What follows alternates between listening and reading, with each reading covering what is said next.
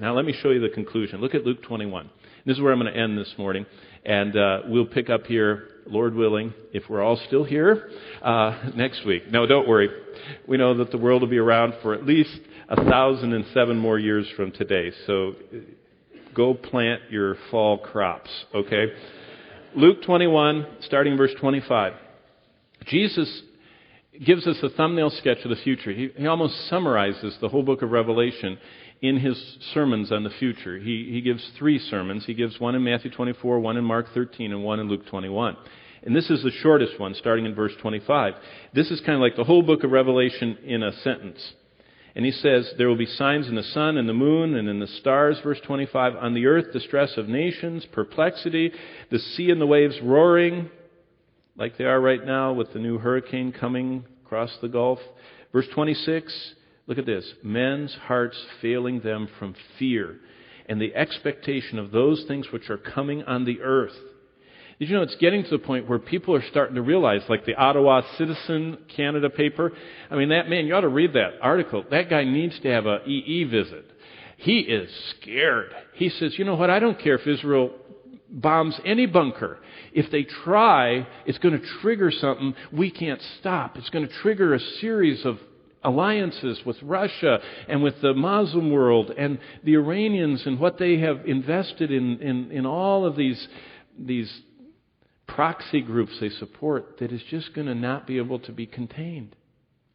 Well, look what happens on the earth in the end. Verse 26, men's hearts failing them from fear and expectation of those things which are coming on the earth. For the powers of heaven will be shaken. Of course, then Jesus fast forwards to the end, and it says in 27, they will see the Son of Man coming in a cloud with power and great glory. Isn't that amazing? He just truncates the whole prophetic thing into one sentence. It's going to be really bad, and I'm coming. I mean, I like that. That's great. Verse 27 ends with this, power and great glory. Now look at verse 28.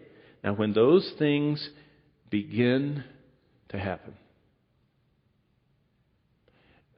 I've said this before. I think I said in May, I don't remember, in April, whenever I was here last. We're the only generation that's ever lived on earth that everything Jesus said would be happening during the tribulation, where every one of those trends that are present at the tribulation, at His return, all of them are currently happening right now.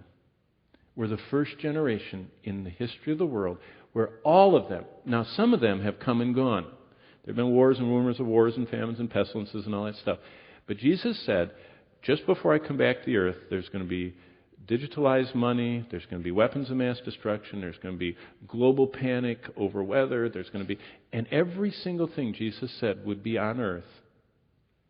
We are the first, you, me, are the first ones. All 10 of them are concurrently happening right now. Not as big as they could, but they're all working. Look what he says in verse 28, and this is where we're going to end. When you see these things begin to happen, look up, lift up your heads. We have a choice. We know the God that is not just thrown out one scenario. He has written history, and He says, I am causing history to happen the way I said it was going to happen.